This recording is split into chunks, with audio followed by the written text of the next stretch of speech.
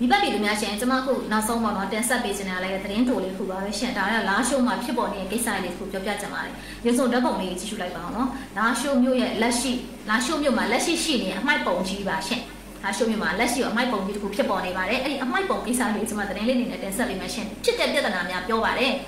လာရှိုးမှာတဲ့စီပီလုပ်ငန်းတွေမလဲပတ်နိုင်တဲ့အတွက်လမ်းဘေးမှာအမှိုက်တွေစုပုံနေတယ်ဆိုပြီးဒေသခံတွေကမီဒီယာတွေပြောဆိုနေကြတယ်ရှင်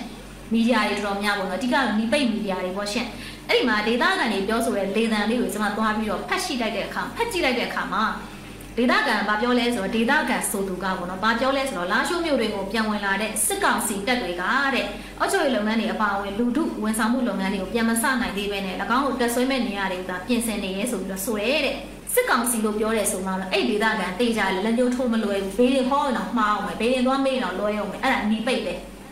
တေးကြလဲရှင်နီးပိတ်ပဲနော်မြမတက်တော်ကိုစစ်ကောင်စီလို့ခေါ်တာနီးပိတ်ပဲရှိတယ်ပြီးတော့နီးပိတ်ကပေးတဲ့သတင်းဆိုမှတော့ဒီလိုဖြစ်တာမထူးဆန်းဘူးပေါ့နော်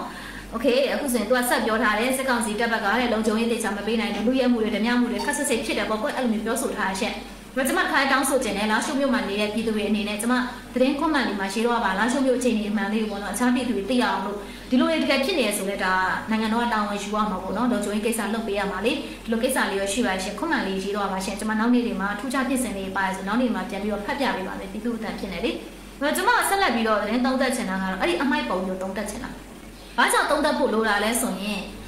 ကျွန်မတို့မြန်မာတပ်မတော်ကလာရှိုးမြို့ကိုပြန်သွားခဲ့တာဟာရက်တပတ်တစ်ပတ်လောက်တော့မရှိသေးဘူးရှင်တက်မတော်ကြီးကလာရှိုးမြို့ကိုပြန်ဝင်တယ်လဲဆိုရောလ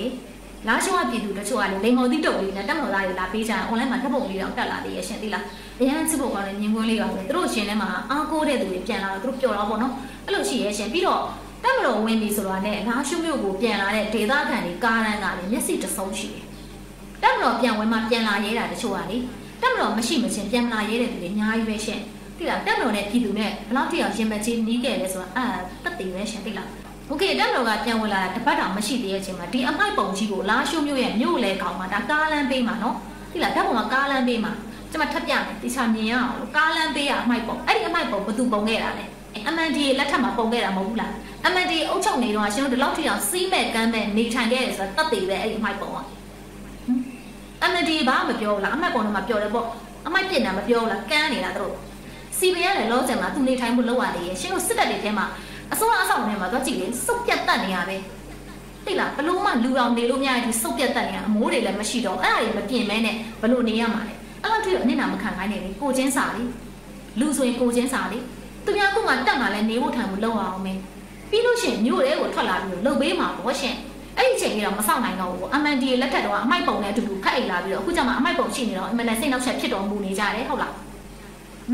းလောက်ပါစေအောင်ခဏတက်ထဲမှာတန်ရှင်းလောက်အောင်မရှင်းလို့ရက်ဆက်ရုံမှာခဲ့တဲ့ကိစ္စရှင်းရအောင်မတက်ထဲမှာအဲ့ဒါတွေဘယ်သူလောက်သွားလဲရှင်းလို့တွေပဲလောက်သွားတာလေအမန်ဒီပဲလောက်သွားလေအမန်ဒီအားပေးလောက်သွားလေဝင်ပြီးတခိုးတွေခိုးသွားကြတာလေ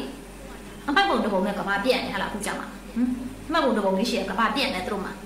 အမြင်မတော်မလားကိုအောင်ရှင်းလိုက်လက်ပါတာပဲကိုအောင်ရှင်းလိုက်တနက်ပါမှရှင်းရတဲ့ကိစ္စမဟုတ်ဘူးဂေါ်ပြားရှိရင်ဒီဘက်စီရှင်းလို့ရရှင်းလိုက်ဟုတ်တယ်လေအခုမှပြည်သူတွေလည်းပြန်ဝင်လာတာသိလားအဲ့ဒီမှာမနေတဲ့ပြည်သူတွေအခုမှပြန်ဝင်လာတာသူတို့အိမ်တွေလည်းလိုပဲပြက်စီးရနော်သိလားပြည်သူထဲမှာတော့မတူးနော်ဒီဘောတွေကအဲ့ဒီမှာပေါ်ကြော့နေပြီးအိမ်မှာသူများအိမ်ကိုတခိုးခိုးပြီးတော့ရွှေကိုလက်တထောင်လောက်ဝစ်ပြီးတော့နေတဲ့ညီဘောတွေကအိမ်ဒီအမိုက်ပုံမျိုးညင်နေတာတကယ်လာရှိုးမျိုးကအစ်စ်တွေကဒုက္ခရောက်ပြီးထွက်ပြေးသွားတာအဲ့ဒီလူတွေအခုမှပြန်လာတဲ့အချိန်မှာသူတို့အိမ်တွေသူတို့တန်ရှင်းလောက်အောင်လေသူတို့အိမ်တွေလည်းပြက်စီးရတချို့ MND တွေဆိုလေသူများအိမ်မှာပစ္စည်းခိုးနိုင်မို့အိမ်ဦးကမှာပါချီးပါသွားတယ်တဲ့ရှင်ကတော့မစင်စွန့်သွားတယ်အိမ်ဦးကမှာပါတကယ်စွန့်သွားတာကိုအိမ်ကိုအိမ်တော့ကိုကြောင့်ကိုနဲ့ပြန်သွားကြည့်ရတဲ့သူအိမ်ဦးကမှာမစင်ပုံအဲ့လောက်ထိကိုရက်ဆက်ရုံမှာအောက်တန်းကြတဲ့သူတွေသူများအိမ်ဦးကမှာမစင်စွန့်ရဲတဲ့သူတွေကအမိုက်ပုံမြင်တဲ့ခါကျတော့မကြုံတတ်တော့ဘူးလားကျုံလေကိုကကျုံလိုက်လေပြည်သူတွေလည်းအခုမှနေရာချရတာစစ်တပ်လည်းအခုမှနေရာချရတာရှင်တို့ဒီမိပိတ်တွေမျိုးထဲမှာကြံပြီးတော့ AC ပေါ်ကြော့နေပြီးတော့ပစ္စည်းကိုခိုးပြီးချမ်းသာနေရပဲပတ်စံနဲ့တုံးပြီးကိုကရှင်းလိုက်ကြလေမနေတတ်ရင်ပြောပါတယ်ရှိရဲတိကပြောရင်နှိမ်ရဖြစ်မှာဆိုလို့တိကအရင်ကလာရှိုးမျိုးစစ်မဖြစ်ခင်တော့ကနော်တကယ်အခြေခံအမိုက်ပုံသားမှာနေတဲ့အဆင့်လောက်ကလူတွေကမလေးရွှေတွဲလဲငွေတွဲလဲနဲ့အဲ့ရွှေတွေဘယ်ရလာရလဲဆိုတော့လာရှိုးမျိုးဒုက္ခရောက်တော့အဲ့ဒီမျိုးကနေထွက်ပြေးသွားတဲ့သူတွေရဲ့အိမ်ကိုခိုးဝင်ပြီးတော့အဲ့ဒီကပစ္စည်းတွေယူပြီးဝတ်ထားကြတာအရှက်လည်းမရှိဘူးအဲ့လိုဟာတွေအခုကြမှာမလေးအမိုက်ပုံရဖြစ်တယ်ဆိုပြီးအဲ့ဒါအဲ့ဒီလူတွေပဲဒီလားကျမတောင်းဆင်းရဲသားလို့မနေဘူး ပတ်စံဆင်းရဲတွေမှာကိုကျင့်တရားချမ်းသာတွေကျွန်မနိုင်ငံမှာအများကြီးရှင်ဒါပေမဲ့ငွေကြေးလည်းဆင်းရဲကိုကျင့်တရားလည်းဆင်းရဲတဲ့အပြင်ရုပ်မာတဲ့သူတွေကြောင့်ကျွန်မနှိမ်သိမ့်နေရမှာပဲရှင်ဒါကျွန်မပြောတာနော်အဲ့ဒီလူတွေကတော့အော်နေနဲ့အဲ့ဒီလူတွေကသိကြတယ်တက်မလို့စစ်ကောင်စီလို့ခေါ်တဲ့သူတွေပဲအဲ့ဒီလူတွေအော်နေနဲ့ကိုယ့်အောင်အပြင်မတော်ကျုံးလိုက်မနေတတ်လို့ရှင်ထွက်ကျုံးလိုက်ဒါလေးပဲကျွန်မပြောချင်တယ်နော်ကျွန်မဖြည့်ရှင်းနေရတော့ရှင်းတယ်ဘာမှအများကြီးမူရမာရများမနေမကျင်တဲ့ကိုယ့်အောင်ကျုံးလိုက်ဒါရှုံမြို့သားစစ်တယ်လည်းမအားဘူးတက်မလို့သားလည်းမအားဘူးနော်အားနေနီးပိတ်တွေရှိရမှာကျုံးလိုက်မှရှင်းလို့ပြောလေအရင်တော့တိတ်ချင်တိတ်မှိုက်တိတ်ဆိုရှောက်ပြောခဲ့တာလေအခုတိတ်လေးကွာအောင်မှိုက်ကိုမိုက်ကိုတိတ်